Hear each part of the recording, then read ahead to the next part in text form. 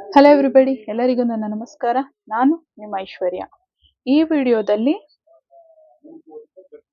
Card reading ಮಾಡ್ತಾ ಇದ್ದೀನಿ. Over all energy ಏನು ಬಂದಿದೆ, ಈ ವಿಡಿಯೋ ನಿಮ್ಮವರೆಗೂ ಬಂದಿದೆ ಅಂದರೆ ಇದರಲ್ಲಿ ಇರುವಂಥ ರೀಡಿಂಗ್ ನಿಮಗೆ ಆಗಿದೆ.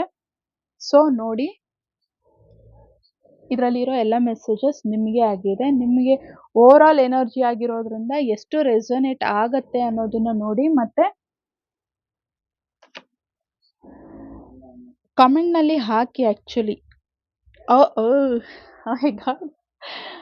ಎಲ್ಲ ಕೂಡ ಎಷ್ಟು ಪಾಸಿಟಿವ್ ಕಾರ್ಡ್ಸ್ ಬಂದಿದೆ ಗೊತ್ತಾ. ಇದು couple cards. The empress, the emperor, ಗಂಡ ಹೆಂಡತಿ ಕಾರ್ಡ್ ಇದು. And wheel of fortune, ace of wands. ನೀವು ಯಾವ ಒಂದು ವಿಷಯಕ್ಕೋಸ್ಕರ ಈ ರೀಡಿಂಗನ್ನು ನೋಡ್ತಾ ಇದ್ದೀರಾ, ಇದು ಕಂಪ್ಲೀಟ್ಲಿ ಲವ್ ರೀಡಿಂಗ್ ಬರ್ತಿದೆ. ನೀವು ಯಾವ ಒಂದು ವಿಷಯಕ್ಕೆ ಈ ಒಂದು ರೀಡಿಂಗ್ ನೋಡ್ತಾ ಇದ್ದೀರಾ ಅಂತಂದ್ರೆ, ನಿಮ್ಮ ಒಂದು ಪ್ರಶ್ನೆಗೆ ಉತ್ತರ ಎಸ್ ಅನ್ನೋದಾಗಿದೆ. ಕಂಪ್ಲೀಟ್ ಪಾಸಿಟಿವ್ ರೀಡಿಂಗ್ ಇದೆ. ಕಂಪ್ಲೀಟ್ಲಿ ನೀವು ನಿಮ್ಮ ರೀಯೂನಿಯನ್ ಮೇಲೆ ವರ್ಕ್ ಮಾಡ್ತಾ ಇದ್ದೀರಾ ಅನ್ನೋದನ್ನು ತೋರಿಸ್ತಾ ಇದೆ.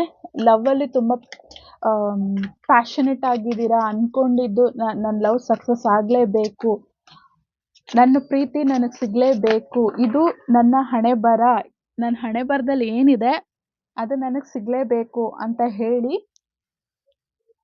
ನೀವು ಅದ್ರ ಮೇಲೆ ವರ್ಕ್ ಮಾಡ್ತಾ ಇದ್ದೀರಾ ಅನ್ನೋದನ್ನ ತೋರಿಸ್ತಿದೆ. ಫಸ್ಟ್ 4 ಕಾರ್ಡ್ಸ್ ಫುಲ್ಲು ಪಾಸಿಟಿವ್ ಆಗಿದೆ. ನೆಕ್ಸ್ಟ್ ರೀಡಿಂಗಲ್ಲಿ ಏನೇನು ಬರುತ್ತೆ ನೋಡೋಣ. ಬಟ್ ನೀವು ಇನ್ನೂ ವರ್ಕ್ ಮಾಡಬೇಕಾಗಿರೋದು ತುಂಬ ಇದೆ. ಆದರೆ ನೀವು ನಿಮ್ಮ ಲವ್ನಲ್ಲಿ ಸಕ್ಸಸ್ ಆಗ್ತೀರಾ ಅನ್ನೋದನ್ನ ತೋರಿಸ್ತಿದೆ. ಆದರೆ ಇನ್ನರ್ ವರ್ಕ್ ಇನ್ನೂ ಚೆನ್ನಾಗಿ ಮಾಡಬೇಕು ಅನ್ನೋದನ್ನು ತೋರಿಸ್ತಿದೆ. ಯಾಕೆಂದರೆ ಅಲ್ಲಿ 4 ಕಾರ್ಡ್ ಇದೆ. ನಾನು ಇಲ್ಲಿ ಆಲ್ರೆಡಿ ಬೇರೆ ಡೆಕ್ಕಲ್ಲಿ ನಾನು ಶಫ್ಲಿಂಗ್ ಮಾಡ್ತಾ ಇದ್ದೀನಿ. ಸೊ ಖಂಡಿತ ನೀವು ಕರಿಯರ್ಗೋಸ್ಕರ ನೋಡ್ತಾ ಇದ್ರೂ ಅದರಲ್ಲಿ ನಿಮಗೆ ಸಕ್ಸಸ್ ಸಿಕ್ಕುತ್ತೆ. ಬಿಕಾಸ್ ನೀವು ಫೋಕಸ್ಡ್ ಆಗಿದ್ದೀರಾ. ಹೊಸ ರೀತಿಯಲ್ಲಿ ನೀವು ನಿಮ್ಮ ಒಂದು ಕೆಲಸವನ್ನು ಮಾಡಬೇಕು ಅನ್ನೋಂಥ ಹಳೆಯ ಎಲ್ಲವನ್ನೂ ಬಿಟ್ಟು, ಇದು ನನ್ನ ಒಂದು ಅದೃಷ್ಟ, ಇದು ನನ್ನದು, ಇದು ನನಗೆ ಬೇಕಾಗಿರೋದು, ಇದಕ್ಕೋಸ್ಕರ ನಾನು ಹುಟ್ಟಿದ್ದೀನಿ, ಇದು ನನಗೆ ಬೇಕು ಅನ್ನೋದ್ರ ಮೇಲೆ ಕಂಪ್ಲೀಟ್ಲಿ 100% ವರ್ಕ್ ಮಾಡ್ತಾ ಇದ್ದೀರಾ ಅನ್ನೋದನ್ನು ತೋರಿಸ್ತಿದೆ. ಖಂಡಿತ ಸಕ್ಸಸ್ ಅನ್ನೋದು ಸಿಕ್ಕತ್ತೆ ಅನ್ನೋದನ್ನ ತೋರಿಸ್ತಿದೆ. ಆದರೆ ಇನ್ನೊಂದು ಇಲ್ಲಿ ಕ್ಲಿಯರ್ ಮೆಸೇಜ್ ಬರ್ತಾ ಇರುವಂಥದ್ದು, ನೀವು ಮುಂದೆ ಹೋಗೋದಕ್ಕೆ ವರ್ಕ್ ಮಾಡ್ತಾ ಇದ್ದೀರಾ, ಇನ್ನರ್ ವರ್ಕ್ ಮಾಡ್ತಾ ಇದ್ದೀರಾ. ಆದರೆ ನಿಮ್ಮ ಪಾಸ್ಟ್ ರಿಲೇಶನ್ಶಿಪ್ ಆಗಿರಬಹುದು, ಅಥವಾ ನಿಮ್ಮ ಜೀವನದಲ್ಲಿ ಹಿಂದೆ ಆಗಿರೋ ಅಂಥ ಕಹಿ ಘಟನೆಗಳಿರಬಹುದು, ಅದೆಲ್ಲನೂ ನಿಮ್ಮನ್ನ ಮತ್ತೆ ಮತ್ತೆ ಹಿಂದಕ್ಕೆ ಎಳೀತಿದೆ ಅನ್ನೋದನ್ನು ತೋರಿಸ್ತಿದೆ. ಅದರಿಂದ ರಾತ್ರಿ ಎಲ್ಲ ನಿದ್ದೆ ಇಲ್ಲ. ರಾತ್ರಿ ಎಷ್ಟೊತ್ತಂದರೆ ಅಷ್ಟೊತ್ತು ಎದ್ದಿರ್ತೀರಾ. ಇಲ್ಲಾಂದರೆ ಮಲ್ಕೊಂಡ್ರೆ ಮಧ್ಯರಾತ್ರಿ ಎಚ್ಚರಿಕೆ ಆಗಿಬಿಡುತ್ತೆ. ರಾತ್ರಿ ಎಲ್ಲ ನಿದ್ದೆ ಬರೋದಿಲ್ಲ. ಓವರ್ ಥಿಂಕಿಂಗ್ ಮಾಡ್ತಾ ಇದ್ದೀರಾ. ತುಂಬ ಎನ್ಸೈಟಿ ಫೀಲ್ ಆಗ್ತೀರಾ. ತುಂಬ ಭಯ, ಒಂಟಿತನ ಕಾಡ್ತಿದೆ ಅನ್ನೋದನ್ನು ಕೂಡ ಇಲ್ಲಿ ತೋರಿಸ್ತಿದೆ. ಆ್ಯಂಡ್ ನೀವು ನಿಮ್ಮ ಒಂದು ಪಾಸ್ಟನ್ನ ಹಿಡಿದಿಟ್ಕೊಂಡಿದ್ದೀರಾ ಅನ್ನೋದು ಕೂಡ ತೋರಿಸ್ತಿದೆ. ಯಾಕೆಂದರೆ ಪಾಸ್ಟಿಂದ ಹೊರಗೆ ಬರೋದು ಯಾರಿಗೂ ಕೂಡ ಅಷ್ಟು ಸುಲಭ ಅಲ್ಲ. ನೀನು ಅದು ಹೆಂಗೆ ಉದ್ಧಾರ ಆಗ್ಬಿಡ್ತೀಯ, ನೀನು ಅದು ಹೆಂಗೆ ಮುಂದಕ್ಕೆ ಹೋಗ್ಬಿಡ್ತೀಯ, ಅದು ಹೆಂಗೆ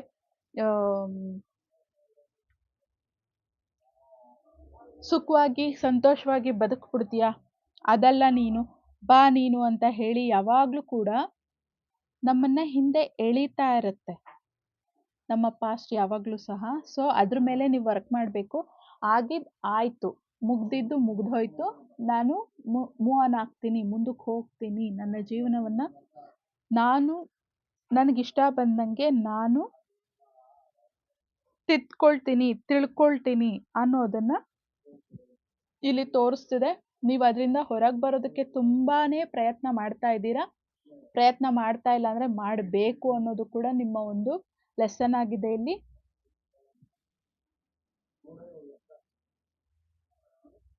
ಬರೋವಂಥ ಪ್ರಯತ್ನ ಖಂಡಿತ ಮಾಡಿ. ಇನ್ನರ್ ವರ್ಕ್ ಬಗ್ಗೆ ನಾನು ಒಂದೊಂದು ವಿಷಯದ ಬಗ್ಗೆ ಡೀಟೇಲ್ ವಿಡಿಯೋ ಮಾಡಿ ಹಾಕ್ತಾ ಇದ್ದೀನಿ. ಇನ್ನರ್ ವರ್ಕ್ ಮಾಡ್ತಾ ಹೋಗಿ. ಖಂಡಿತ ನಿಮಗೆ ಮುಂದಕ್ಕೆ ಹೋಗೋದಕ್ಕೆ ನಿಮಗೆ ಗೈಡೆನ್ಸ್ ಅನ್ನೋದು ಸಿಕ್ಕತ್ತೆ. ಅದ್ರ ಪ್ರಕಾರ ಪ್ರತಿಯೊಂದು ನೀವು ಹೀಲ್ ಮಾಡ್ಕೊಳ್ತಾ ಹೋಗಿ. ಖಂಡಿತ ನಿಮಗೆ ಪಾಸಿಟಿವ್ ಚೇಂಜಸ್ ಅನ್ನೋದು ಸಿಕ್ಕತ್ತೆ. ಆ್ಯಂಡ್ ನಿಮ್ಮ ಲೈಫ್ನಲ್ಲಿ ಏನು ನಿಮ್ಮ ಸೋಲ್ ಪರ್ಪಸ್ ಗೋಲ್ ಅನ್ನೋದು ಇಟ್ಕೊಂಡಿದ್ದೀರಾ ಅದ್ರ ಮೇಲೆ ನೀವು ಫೋಕಸ್ ಮಾಡ್ತಾ ಕೆಲಸ ಮಾಡ್ತಾ ಹೋಗಿ. ಆಗ ನಿಮ್ಮ ಕರ್ಮಕ್ಕೆ ಅನುಗುಣವಾಗಿ ನಿಮಗೆ ಫಲಿತ ಅನ್ನೋದು ಸಿಗತ್ತೆ. ಮಾಡೋದೊಂದು ಆಗೋದೊಂದು ಆಗೋದಲ್ಲ. ನಾವು ಏನು ಕೊಡ್ತೀವಿ ತಿರುಗಿಸಿ ನಮ್ಗೆ ಅದೇ ಸಿಗೋದು. ಆದ್ರಿಂದ ಯಾವತ್ತೂ ಕೂಡ ಒಳ್ಳೆಯದನ್ನು ಕೊಡಿ, ಪಾಸಿಟಿವಿಟಿಯನ್ನು ಕೊಡಿ. ಖಂಡಿತ ನಾವೇನು ಕೊಡ್ತೀವಿ ಅದೇ ತಿರುಗಿಸಿ ಬರುತ್ತೆ. ಆದ್ರಿಂದ ಒಳ್ಳೆ ಕೆಲಸಗಳನ್ನ ಮಾಡಿ, ಪಾಸಿಟಿವ್ ಥಿಂಕಿಂಗ್ ಇಟ್ಕೊಳ್ಳಿ. ಪಾಸ್ಟನ್ನು ಆದಷ್ಟು ಬೇಗ ಬಿಟ್ಟು ಅದರಿಂದ ಕಟ್ಟಾಗಿ ಮುಂದೆ ಹೋಗೋದನ್ನ ನೀವು ಟ್ರೈ ಮಾಡಿ. ಪಾಸ್ಟಿಂದ ನೀವು ಹೊರಗೆ ಬಂದಿಲ್ಲ ಅಂತಂದರೆ, ನೀವು ಪ್ರೆಸೆಂಟ್ ಮೇಲೆ ಫೋಕಸ್ ಮಾಡಿಲ್ಲ ಅಂತಂದರೆ, ಇನ್ನು ಒಂದು 5-10 ವರ್ಷ ಆದಮೇಲೆ ನಿಮ್ಮ ಪಾಸ್ಟು, ಪ್ರೆಸೆಂಟು, ಫ್ಯೂಚರು ಯಾವುದು ಕೂಡ ಚೆನ್ನಾಗಿರೋದಿಲ್ಲ. ಸೊ ಪಾಸ್ಟಲ್ಲಿ ಏನಾಗಿದೆ ಅದನ್ನು ಬಿಡ್ತಾ ಹೋಗಿ. ಅದೆಲ್ಲ ನಿಮ್ಮ ಲೆಸನ್ಸ್ ಆಗಿತ್ತು, ನಿಮ್ಮ ಜೀವನದ ಪಾಠಗಳಾಗಿತ್ತು. ಆ ಪಾಠಗಳನ್ನು ಸರಿಯಾಗಿ ಕಲಿತು ನೀವು ಮುಂದೆ ಹೋಗೋದ್ರಿಂದ ಮಾತ್ರನೇ ನಿಮಗೆ ಪಾಸಿಟಿವ್ ಚೇಂಜಸ್ ಅನ್ನೋದು ನಿಮ್ಮ ಲೈಫ್ನಲ್ಲಿ ಬರುತ್ತೆ ಅನ್ನೋದನ್ನು ತೋರಿಸ್ತಿದೆ. ಇವನ್ ನಿಮಗೆ ಲವ್ ಫೇಲ್ಯೂರ್ ಆಗಿತ್ತಾ, ಪ್ರೀತಿ ಅನ್ನೋದು ಹೇಗೆ ಇರಬಾರ್ದು ಅನ್ನೋದನ್ನು ಅದು ನಿಮಗೆ ಕಲಿಸಿದೆ. ಹಣದಲ್ಲಿ ಮೋಸ ಆಗಿತ್ತಾ, ಹಣನ ಹೇಗೆ ಮ್ಯಾನೇಜ್ ಮಾಡಬೇಕು ಅನ್ನೋದನ್ನ ಕಲಿಸಿದೆ. ಫ್ರೆಂಡ್ಶಿಪ್ಪಲ್ಲಿ ಸಂಬಂಧಗಳಲ್ಲಿ ಮೋಸ ಆಗಿದೆಯಾ, ಆ ಸಂಬಂಧಗಳು, ಆ ಸ್ನೇಹ ಹೇಗಿರಬಾರ್ದು ಅನ್ನೋದನ್ನ ಕಲಿಸಿದೆ. ಸೊ ಆದ್ರಿಂದ ಯಾವಾಗಲೂ ಕೂಡ ಹೋಗಿ ಪಾಸಿಟಿವ್ ಆಗಿ ಥಿಂಕ್ ಮಾಡಿ, ಅದೆಲ್ಲ ನನ್ನ ಜೀವನದ ಪಾಠಗಳಾಗಿತ್ತು, ಅದನ್ನೆಲ್ಲ ನಾನು ಚೆನ್ನಾಗಿ ಕಲ್ತಿದ್ದೀನಿ, ಈಗ ಅದನ್ನು ನಾನು ಬಿಟ್ಟು ಮುಂದೆ ಹೋಗ್ತಾ ಇದ್ದೀನಿ ಅಂತ ಪ್ರತಿ ಸಲ ನಿಮಗೆ ನಿಮ್ಮ ಪಾಸ್ಟ್ ಜ್ಞಾಪಕ ಬಂದಾಗ, ಅದರ ಹರ್ಟ್ ಆಗಿರೋದು, ಅದರ ನೋವಾಗಿರಬಹುದು, ಆ ಸನ್ನಿವೇಶಗಳಾಗಿರ್ಬೋದು, ಅದು ನಿಮಗೆ ಗುರ್ತಕ್ಕೆ ಬಂದಾಗೆಲ್ಲನೂ ಸಹ ಇದು ನನ್ನ ಪಾಸ್ಟನ್ನ ಪಾಸ್ಟಲ್ಲಿ ಬಿಟ್ಟಿದ್ದೀನಿ, ಅದರಿಂದ ಏನು ಕಲಿಬೇಕಾಗಿತ್ತು ನಾನು ಕಲ್ತಿದ್ದೀನಿ, ಈಗ ಅದನ್ನೆಲ್ಲ ಬಿಡ್ತಾ ಇದ್ದೀನಿ ಅನ್ನೋದು ನೀವು ಪದೇ ಪದೇ ನಿಮಗೆ ನೀವು ಹೇಳ್ಕೊಳ್ತಾ ಇದ್ರೆ, ಈ ಒಂದು ಪಾಸ್ಟ್ ಎನರ್ಜಿಯಿಂದ ನೀವು ಹೊರಗೆ ಬಂದು ಗುಡ್ ಪಾಸಿಟಿವ್ ಏನು ಅಟ್ರಾಕ್ಟ್ ಆಗ್ತಿದೆ, ಒಂದು pure love, king and queen, ಇದು ಕಿಂಗ್ ಅಂಡ್ ಕ್ವೀನ್ ಕಪಲ್ಸ್ ಇದರಲ್ಲಿ ಟ್ಯಾರೋ ಡೆಕ್ನಲ್ಲಿ.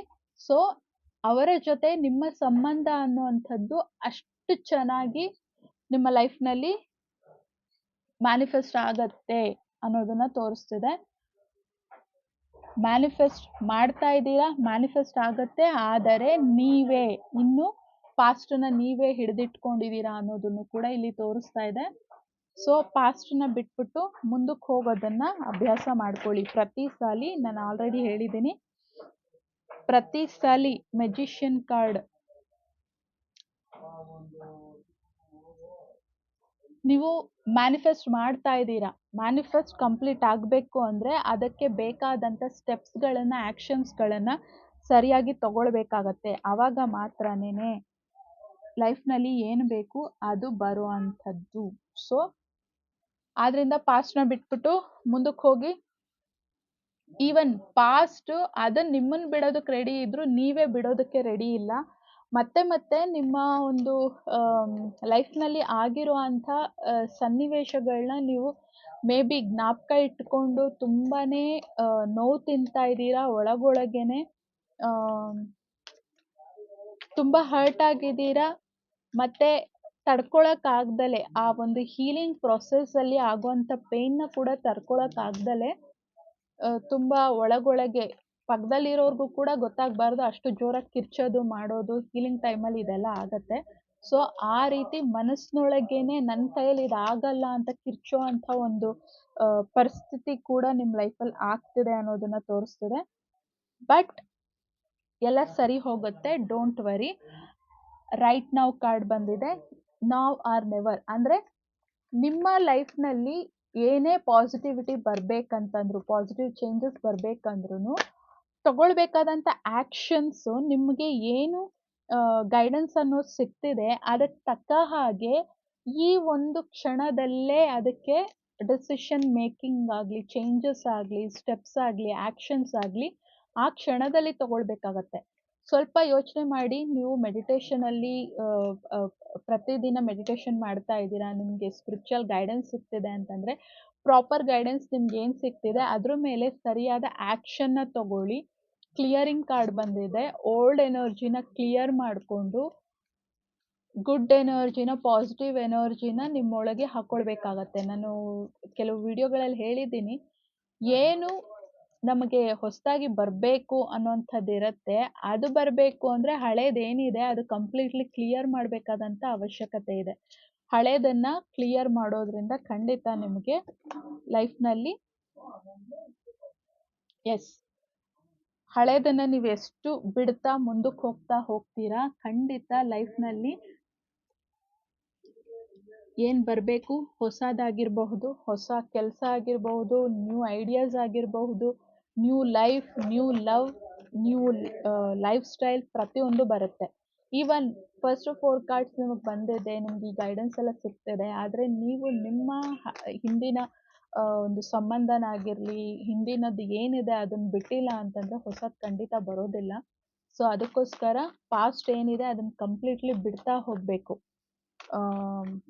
ಇವಾಗ ಲವ್ ಫೇಲ್ಯೂರ್ ಆಗಿದೆ, ಅಕಸ್ಮಾತ್ ಮದುವೆ ಆಗಿರೋರಿಗೆ ಡಿವೋರ್ಸು ಆಗೋಗಿದೆ ಅಂತಾನೆ ಅನ್ಕೊಂಡ್ರು ಸಹ ಫಿಸಿಕಲಿ ಅವ್ರು ನಿಮ್ಮ ಲೈಫ್ನಿಂದ ಹೊರಟೋಗಿರ್ತಾರೆ. ಬಟ್ ಎನರ್ಜಿ ಲೆವೆಲಲ್ಲಿ, ನಿಮ್ಮ ಮನಸ್ಸಿನಲ್ಲಿ, ನಿಮ್ಮ ಬುದ್ಧಿಯಲ್ಲಿ ಅವ್ರು ಯಾವಾಗಲೂ ಸ್ಟಿಕ್ ಆನ್ ಆಗೇ ಇದ್ದಾರೆ. ಆ ವ್ಯಕ್ತಿ ಬಗ್ಗೆ ನೀವು ಯೋಚನೆ ಮಾಡಿದಾಗ ತುಂಬ ಇರಿಟೇಷನ್ ಫೀಲ್ ಆಗ್ತೀರಾ, ತುಂಬ ಕೋಪ ಬರುತ್ತೆ, ನೋವಾಗುತ್ತೆ, ಕೋಪ ಮಾಡ್ಕೊಳ್ತೀರಾ, ಬೈತೀರಾ, ಹರ್ಟ್ ಮಾಡ್ಕೊಳ್ತೀರಾ ಅಂತಂದರೆ ನೀವು ಇನ್ನ ನಿಮ್ಮ ಪಾಸ್ಟನ್ನ ಬಿಟ್ಟಿಲ್ಲ ಅಂತಾನೆ ಅರ್ಥ ಆಗಿರುತ್ತೆ. ಸೊ ಆದ್ರಿಂದ ಪಾಸ್ಟ್ನ ಬಿಟ್ಬಿಟ್ಟು ಮುಂದಕ್ಕೆ ಹೋಗೋದನ್ನ ಅಭ್ಯಾಸ ಮಾಡ್ಕೊಳ್ಳಿ. ಖಂಡಿತ ನಿಮ್ಮ ಲೈಫ್ನಲ್ಲಿ ಪಾಸಿಟಿವ್ ಚೇಂಜಸ್ ಅನ್ನೋದು ನಿಮ್ಮ ಫ್ಯೂಚರ್ನಲ್ಲಿ ಇದೆ. ಆ ಫ್ಯೂಚರ್ ಬರಬೇಕು ಅಂದರೆ ಖಂಡಿತ ನೀವು ನಿಮ್ಮ ಮೇಲೆ ವರ್ಕ್ ಮಾಡಬೇಕು. ಮೇನ್ಲಿ ನಿಮ್ಮ ಈಗೋ ಮೇಲೆ ವರ್ಕ್ ಮಾಡಬೇಕು ಅನ್ನೋದನ್ನ ತೋರಿಸ್ತಿದೆ.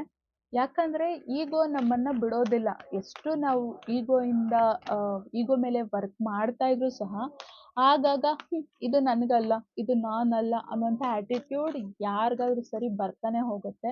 ಅದು ಬಂದಾಗೆಲ್ಲ ಅದ್ರ ಮೇಲೆ ಆ್ಯಕ್ಷನ್ಸ್ ತಗೊಳ್ಬೇಕು, ಸರಿಯಾಗಿ ಅದಕ್ಕೆ ಅದರ ಜಾಗವನ್ನು ತೋರಿಸ್ಬೇಕಾಗತ್ತೆ. ಆ್ಯಂಡ್ ಅದ್ರ ಮೇಲೆ ಹಾರ್ಡ್ ವರ್ಕ್ ಮಾಡ್ತಾನೆ ಇರಬೇಕು. ಅಹಂಕಾರ ಅನ್ನೋದು ಯಾರನ್ನೂ ಅಷ್ಟು ಈಸಿಯಾಗಿ ಬಿಟ್ಟು ಹೋಗೋದಿಲ್ಲ. ನಾನು ಕೂಡ ನನ್ನ ಅಹಂಕಾರದ ಮೇಲೆ ತುಂಬಾ ವರ್ಕ್ ಮಾಡ್ತಾ ಇದ್ದೀನಿ. ಅದೆಷ್ಟು ಪರ್ಸೆಂಟ್ ಇನ್ನೂ ಇದೆ ನನಗೂ ಕೂಡ ಗೊತ್ತಿಲ್ಲ. ಸೊ ಮತ್ತೆ ಸೋಲ್ ಪರ್ಪಸ್ ಮೇಲೆ ಫೋಕಸ್ ಮಾಡಿ ಅನ್ನೋವಂಥದ್ದೇ ಇಲ್ಲಿ ಕಾರ್ಡ್ ತೋರಿಸ್ತಿದೆ. ಸೇಮ್ ಪಿಕ್ಚರ್ ಇದೆ ನೋಡಿ ಬೇಕಿದೆ. ಇಬ್ರು ಕೂಡ 2 ಕಾರ್ಡಲ್ಲೂ ಕೂಡ ಅವರ ಒಂದು ಸೋಲ್ ಪರ್ಪಸ್ ಮೇಲೆ, ಗೋಲ್ ಮೇಲೆ ಫೋಕಸ್ ಮಾಡ್ತಾ ಇದ್ದಾರೆ ಅನ್ನೋ ಪಿಕ್ಚರ್ ತೋರಿಸ್ತಿದೆ ಅಲ್ವಾ. ಸೊ ನೀವು ನಿಮ್ಮ ಸೋಲ್ ಪರ್ಪಸ್ ಮೇಲೆ ವರ್ಕ್ ಮಾಡೋದ್ರಿಂದ ಖಂಡಿತ ನಿಮ್ಮ ಲೈಫ್ನಲ್ಲಿ ಚೇಂಜಸ್ ಅನ್ನೋದು ಬರುತ್ತೆ ಅನ್ನೋದನ್ನು ತೋರಿಸ್ತಿದೆ. ಈವನ್ ನಿಮ್ಮ ಟ್ವಿನ್ ಫ್ಲೇಮ್ನ ನೀವು ಸೇರ್ಕೊಳ್ಬೇಕಂದ್ರೂ ಸಹ ಸೋಲ್ ಪರ್ಪಸ್ ಅನ್ನೋದು ಇಬ್ರು ಸೇರ್ಕೊಂಡು ಮಾಡಬೇಕಾಗತ್ತೆ. ನಾವು ಹೀಲ್ ಆಗ್ತಾ ಆಗ್ತಾ ನಮ್ಮ ಸೋಲ್ ಪರ್ಪಸ್ ಮಾಡೋದಕ್ಕೆ ನಮ್ಮ ಟ್ವಿನ್ನ ಅವಶ್ಯಕತೆ ನಮಗೆ ಬೇಕಾಗಿರೋದ್ರಿಂದ ಮದುವೆ ಸಿಂಗಲ್ ಆಗಿದ್ರೆ ಖಂಡಿತ ಮದುವೆ ಆಗಿ ನೀವು ನಿಮ್ಮ ಸೋಲ್ ಪರ್ಪಸನ್ನು ಮಾಡ್ತೀರಾ ನಿಮ್ಮ ಪಾರ್ಟ್ನರ್ ಜೊತೆ. ಸಿಂಗಲ್ ಆಗಿದ್ರೆ ಆಸ್ ಎ ಗುಡ್ ಫ್ರೆಂಡ್ ಇದ್ದು ಈ ಜನ್ಮಕ್ಕೆ ಫ್ರೆಂಡ್ ಆಗೇ ಇದ್ದು ಬಿಡೋಣ, ನಾನು ನನ್ನ ಪಾಸ್ಟ್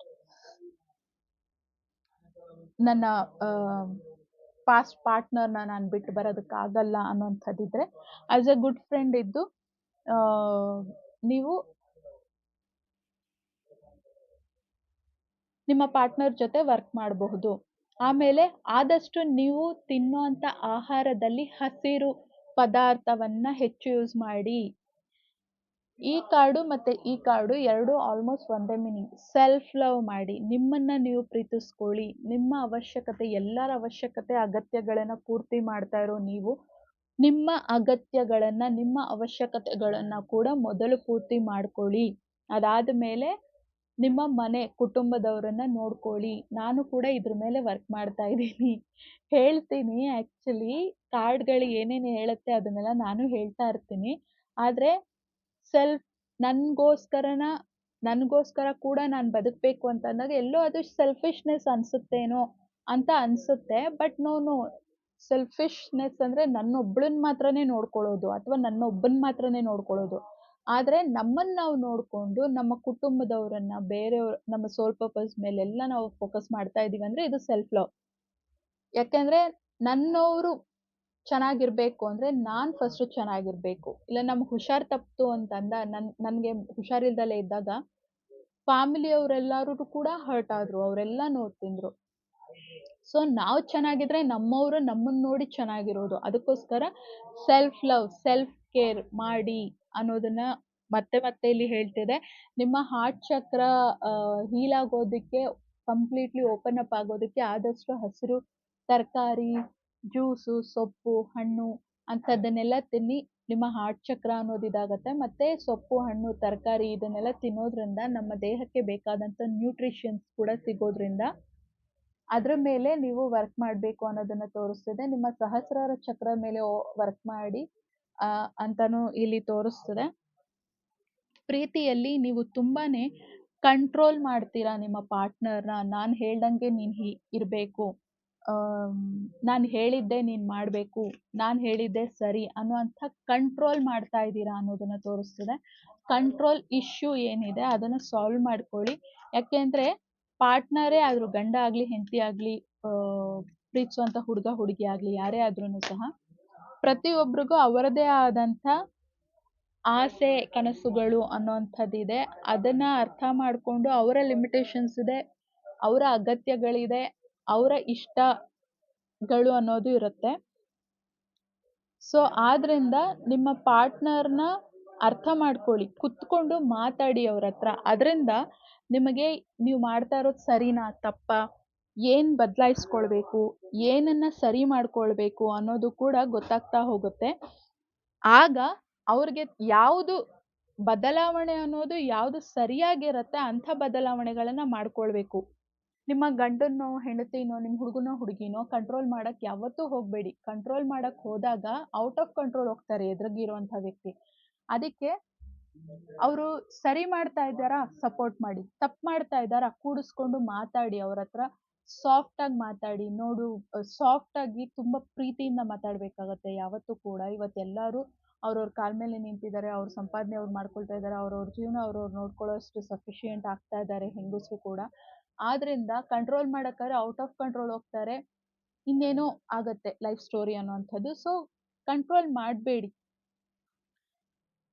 ತಪ್ಪು ಮಾಡ್ತಾ ಇದ್ರೆ ಕೂಡಿಸಿ ಬುದ್ಧಿ ಹೇಳಿ, ಸಾಫ್ಟಾಗಿ ಮಾತಾಡಿ, ಆ ರೀತಿಯಲ್ಲಿ ಪ್ರೀತಿಯಿಂದ ಬದಲಾಯಿಸ್ಕೊಳ್ಳಿ ನೀವು ನಿಮ್ಮ ಪಾರ್ಟ್ನರ್ನ. ಅದು ಬಿಟ್ಟು ನೀವು ಕಂಟ್ರೋಲ್ ಮಾಡ್ತಾ ಇದ್ದೀರಾ, ಆ ಕಂಟ್ರೋಲ್ ಅನ್ನುವಂಥದ್ದು ಕರೆಕ್ಟ್ ಅಲ್ಲ ಸಂಬಂಧಗಳಲ್ಲಿ ಯಾವತ್ತೂ ಕೂಡ. ಆದ್ರಿಂದ ಯಾರನ್ನು ಕಂಟ್ರೋಲ್ ಮಾಡಕ್ಕೆ ಹೋಗಬೇಡಿ. ನೀವು ನಿಮಗೆ ಸಂಬಂಧಗಳಲ್ಲಿ ಏನಾದರೂ ಪ್ರಾಬ್ಲಮ್ ಆಗ್ತಿದೆ ಅಂತಂದರೆ ಖಂಡಿತ ನೀವು ನಿಮ್ಮ ಫ್ರೆಂಡ್, ಯಾರನ್ನ ನೀವು ನಂಬ್ತೀರಾ, ಯಾರ ಹತ್ರ ನಾನು ಗೈಡೆನ್ಸ್ ಕೇಳಿದ್ರೆ ನನಗೆ ಸರಿಯಾದ ಗೈಡೆನ್ಸ್ ಸಿಕ್ಕತ್ತೆ ಅಂತ ನಿಮ್ಗೆ ಅನಿಸುತ್ತೆ ಅಂಥವ್ರ ಹತ್ರ ಗೈಡೆನ್ಸ್ ತಗೊಳ್ಳಿ. ಈವನ್ ನನ್ನ ಹತ್ರ ಟಾರೋ ಕಾರ್ಡ್ ರೀಡಿಂಗ್ ಸ್ವಲ್ಪ ದಿನಕ್ಕೋಸ್ಕರ ನಾನು ಪರ್ಸ್ನಲ್ ರೀಡಿಂಗ್ಸ್ನ ಮತ್ತೆ ತಗೊಳ್ತಾ ಇದ್ದೀನಿ. ಕಾಮೆಂಟ್ಸ್ನಲ್ಲಿ ನನ್ನ ಡೀಟೇಲ್ಸ್ ಹಾಕಿರ್ತೀನಿ, ವಾಟ್ಸಪ್ಪಲ್ಲಿ ನೀವು ಮೆಸೇಜ್ ಮಾಡ್ಬೋದು. ನಿಮಗೆ ಗೈಡೆನ್ಸ್ ಬೇಕು ಅಂತಂದರೆ ಸ್ವಲ್ಪ ದಿನದವರೆಗೂ ನಾನು ಪರ್ಸ್ನಲ್ ರೀಡಿಂಗ್ ಮಾಡ್ತಾ ಇದ್ದೀನಿ. ಆದ್ದರಿಂದ ಪರ್ಸ್ನಲ್ ರೀಡಿಂಗ್ ಬುಕ್ ಮಾಡಿ ನನ್ನ ಹತ್ರ ಕೂಡ ನೀವು ಸಜೆಷನ್ಸ್ ತೊಗೊಳ್ಬೋದು. ಕಾರ್ಡ್ ಕ್ಲಿಯರ್ ಕಟ್ಟಾಗಿ ನಿಮಗೆ ಏನು ಮೆಸೇಜಸ್ ಕೊಡುತ್ತೆ ಅನ್ನೋವಂಥದ್ದು ನಾನು ಖಂಡಿತ ಗೈಡ್ ಮಾಡ್ತೇನೆ. ಸ್ವಲ್ಪ ದಿನದವರೆಗೂ ಮಾತ್ರನೇ ನಾನು ರೀಡಿಂಗ್ ಮಾಡೋದು, ಆದ್ದರಿಂದ ನೋಡಿಕೊಂಡು ಬುಕ್ ಮಾಡ್ಕೊಳ್ಳಿ. ಆ್ಯಂಡ್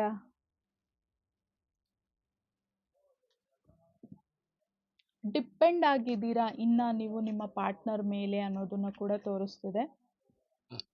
ಅದು ಎಮೋಷನಲಿ, ಫೈನಾನ್ಷಿಯಲಿ ಯಾವ ರೀತಿ ಬೇಕಿರೋ ಆಗ್ಬೋದು. ಒಬ್ಬರ ಮೇಲೆ ಒಬ್ಬರು ಡಿಪೆಂಡ್ ಆಗೋದು ಆ್ಯಕ್ಚುಲಿ ಸಂಬಂಧದಲ್ಲಿ ತುಂಬ ಒಳ್ಳೆಯದನ್ನು ತೋರಿಸುತ್ತೆ. ಆದರೆ ಅತಿಯಾಗಿ ಡಿಪೆಂಡ್ ಆಗುವಂಥದ್ದು, ನನ್ನ ಪಾರ್ಟ್ನರ್ ಇಲ್ಲಾಂದರೆ ನನಗಿರೋಕ್ಕೆ ಆಗಲ್ಲ ಅನ್ನೋ ಲೆವೆಲಲ್ಲಿ, ಅದು ಫೈನಾನ್ಷಿಯಲಿ ಆಗಿರಬಹುದು, ಅವ್ರು ಸಂಪಾದನೆ ಮಾಡಲಿ ಮಾಡದಲ್ಲೇ ಇರಲಿ, ನಾನು ಬದುಕಬಲ್ಲೆ ಅನ್ನೋ ಲೆವೆಲಲ್ಲಿ ಬರಬೇಕಾಗತ್ತೆ ಎನರ್ಜಿ ಅನ್ನೋವಂಥದ್ದು. ಸೊ ಕೋಡಿಪೆಂಡೆನ್ಸಿ ಅನ್ನೋದು ಕೂಡ ಒಂದು ಲೆವೆಲ್ವರೆಗೂ ಇರಬೇಕು. ಆದರೆ ಆದಷ್ಟು ಇಂಡಿಪೆಂಡೆಂಟ್ ಆಗಿರಬೇಕು, ಹುಡುಗರಾಗಲಿ ಹುಡುಗಿರಾಗಲಿ. ಮದುವೆ ಆದಮೇಲೂ ಕೂಡ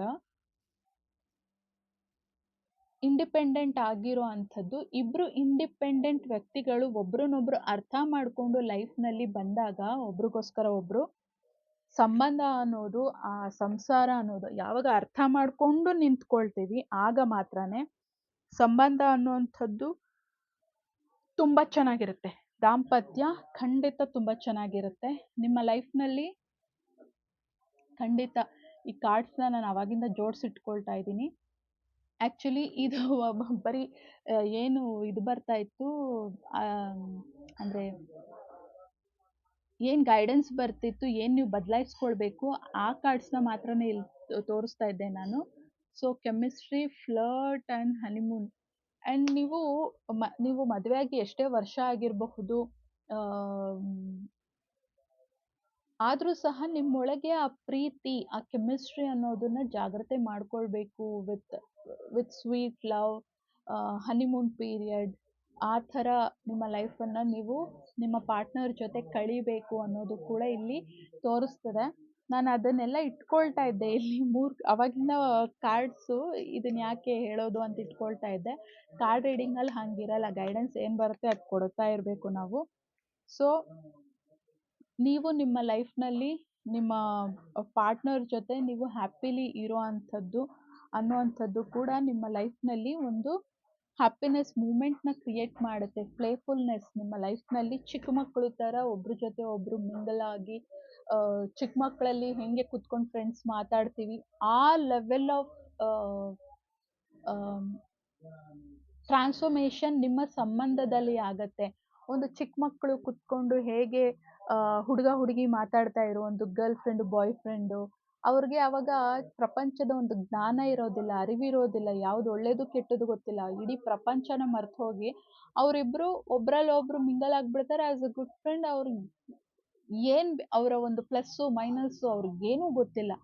ಆ ರೀತಿಯಾದಂಥ ಒಂದು ಇನ್ನೋಸೆನ್ಸ್ ನಿಮ್ಮ ಲವ್ನಲ್ಲಿ ಬರುತ್ತೆ ಅನ್ನೋದನ್ನು ತೋರಿಸ್ತಿದೆ. ಈ ಲೆವೆಲ್ನ ಅಚೀವ್ ಮಾಡಿದ್ರೆ ಸಂಬಂಧದಲ್ಲಿ, ಓ ಮೈ ಗಾಡ್, ನೀವು ಏನನ್ನು ಬೇಕಿದ್ರೂ ಅಚೀವ್ ಮಾಡಬಹುದು ಅನ್ನುವಂಥದ್ದು. ಯಾಕೆಂದರೆ ವಯಸ್ಸನ್ನ ಮೀರಿ ಆ ಪ್ಲೇಫುಲ್ನೆಸ್, ಆ ಚೈಲ್ಡ್ಹುಡ್ ಫ್ರೆಂಡ್ಶಿಪ್ ಅನ್ನುವಂಥದ್ದು ಪಾರ್ಟ್ನರ್ಗಳಲ್ಲಿ ಬಂದ್ಬಿಡ್ತು ಅಂತಂದರೆ ಒಬ್ರನ್ನೊಬ್ರು ಸಂಪೂರ್ಣವಾಗಿ ಅರ್ಥ ಮಾಡ್ಕೊಂಡಿದ್ದೀರಾ ಅನ್ನುವಂಥದ್ದು. ಈ ಕಾರ್ಡ್ ಮತ್ತೆ ಮತ್ತೆ ಬರ್ತಿದೆ, ಇದನ್ನು ಸಹ ತಗೊಳ್ತೇನೆ. ಸೊ ಆ ಲೆವೆಲ್ ಆಫ್ ಅಂಡರ್ಸ್ಟ್ಯಾಂಡಿಂಗ್ ಬಂದಿರುತ್ತೆ ಸಂಬಂಧದಲ್ಲಿ, ದಾಂಪತ್ಯದಲ್ಲಿ. ಒಂದು ಹನಿಮೂನ್ ಫೇಸ್ ಅನ್ನೋದು ಯಾವಾಗಲೂ ಕೂಡ ಸ್ವಲ್ಪ ವಯಸ್ಸಾಗೋಯ್ತು ಅಂತ ಅದನ್ನು ದೂರ ಇಡ್ದಲೆ, ಮಕ್ಕಳಾಯಿತು ಹಾಗೆ ಹೀಗೆ ಅಂದ್ಕೊಳ್ದಲೆ, ನಿಮ್ಮ ಒಂದು ಪ್ರೈವಸಿ ಟೈಮ್ನು ಕೂಡ ನೀವು ಚೆನ್ನಾಗಿ ನಿಮ್ಮ ಪಾರ್ಟ್ನರ್ ಜೊತೆ ಸ್ಪೆಂಡ್ ಮಾಡೋದ್ರಿಂದ ನಿಮ್ಮ ಒಂದು ಸಂಬಂಧ ಅನ್ನುವಂಥದ್ದು ಚೆನ್ನಾಗಿ ಬದಲಾಗುತ್ತೆ. ಈ ಒಂದು ಮದುವೆ ಆಗಿರೋರಿಗೆ ಮಾತ್ರನೇ, ಮದುವೆ ಆಗ್ದಲೇ ಇರೋರ್ಗಲ್ಲ. ಓಕೆನಾ? ಯಾವ ಗೈಡೆನ್ಸ್ ಯಾರಿಗೆ ಅನ್ನೋದನ್ನ ಸರಿಯಾಗಿ ಅರ್ಥ ಮಾಡಿಕೊಂಡು ತಗೊಳ್ಳಿ. Forgiving and learning.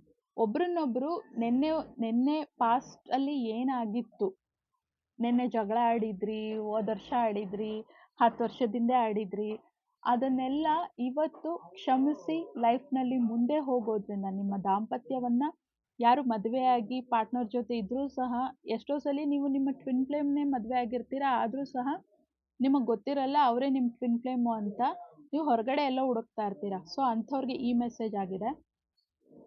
ಸೊ ನಿಮ್ಮ ದಾಂಪತ್ಯವನ್ನು ನೆನ್ನೆ ಏನಾಗಿತ್ತು ಅದನ್ನು ಕ್ಷಮಿಸಿ ಅವರು ನಿಮ್ಮ ಸಂಬಂಧನ ಸರಿ ಮಾಡ್ಕೊಳ್ಳೋದಕ್ಕೆ ಒಂದು ಚಾನ್ಸ್ ಕೊಡಿ ಅನ್ನೋದನ್ನ ಹೇಳ್ತಿದೆ ಇಲ್ಲಿ. ತುಂಬಾನೇ ಗೈಡೆನ್ಸ್ ಸಿಕ್ಕಿದೆ ಆಲ್ರೆಡಿ ಇವತ್ತು. ಸೊ ಆದಂಥದ್ದನ್ನು ಮರೆತು ನಿಮ್ಮ ಸಂಬಂಧಕ್ಕೆ ಹೊಸ ಚಾನ್ಸ್ ಕೊಡಿ. ಅದು ಕೆಲವ್ರಿಗಾಗಿರುತ್ತೆ, ಕೆಲವೊಂದು ತುಂಬ ಟಾಕ್ಸಿಕ್ ರಿಲೇಷನ್ಶಿಪ್ ಇದ್ದರೆ ಅಂಥವರು ಬಿಟ್ಟು ಮೂವ್ ಆನ್ ಆಗಬೇಕು. ನಿಮ್ಮ ಜೀವನವನ್ನು ಹೊಸದಾಗಿ ನೀವು ಶುರು ಮಾಡಬೇಕು ಅನ್ನೋದು ಕೂಡ ಇಲ್ಲಿ ಗೈಡೆನ್ಸ್ ಇದೆ. ಯಾರ್ಯಾರಿಗೆ ಯಾವ್ಯಾವ ಗೈಡೆನ್ಸ್ ಬಂದಿದೆ ಅದನ್ನು ಸರಿಯಾಗಿ ತಗೊಳ್ಳಿ. ಮದುವೆ ಆಗಿರೋರಿಗೆ ಕೆಲವೊಂದಿದೆ, ಮದುವೆ ಆಗ್ದಲೇ ಇರೋರ್ಗೊಂದು ಇದೆ. ಸೊ ನೀವು ನಿಮ್ಮ ಲಿಮಿಟೇಷನ್ಸ್ನ ಪ್ರಕಾರ ಕಾರ್ಡ್ ರೀಡಿಂಗನ್ನು, ನಿಮಗೆ ಬಂದಿರುವಂಥ ಗೈಡೆನ್ಸ್ನ ಸರಿಯಾಗಿ ತಗೊಳ್ಳಿ. So thanks for watching. ನಿಮ್ಗೆ ಎಷ್ಟು ರೆಸೊನೇಟ್ ಆಯಿತು ಕಮೆಂಟ್ ಸೆಕ್ಷನಲ್ಲಿ ಹಾಕಿ. ಮುಂದಿನ ವಿಡಿಯೋದಲ್ಲಿ ಸಂಜೆ 7 ಗಂಟೆಗೆ ಸಿಗೋಣ. ಅಲ್ಲಿವರೆಗೂ keep smiling, take care, because we are all born for a reason. Bye and love you all.